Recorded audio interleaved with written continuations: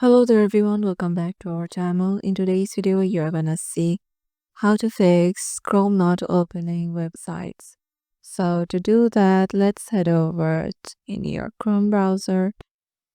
And once in there, just try if you can open websites. If you can't, then you can get out of your Chrome.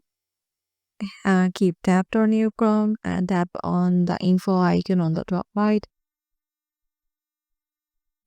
I'll scroll down and go to the storage section, and in here you will find the cache file. So as you can see, it's large 1.07 GB. So I'm gonna tap on clear cache, and all the cache files of my Chrome browser will be deleted. So this may take a while. So yeah, it's done. And now you can try to open up your Chrome and see if you can open browsers. But if you can't, then just search for, if you are on your website of your desktop or laptop, you can just search for extensions or Chrome extensions, and then you can disable them from here. And once it is done, try to open up any website.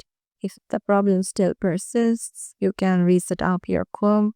So how you can do that is keep tapped on your Chrome, tap on the info icon, and scroll down and go to the storage. And in here, clear your data and log in with your credentials again. So yeah, this is how easily you can do it. Hope this video will help you out, and we will see you in the next video.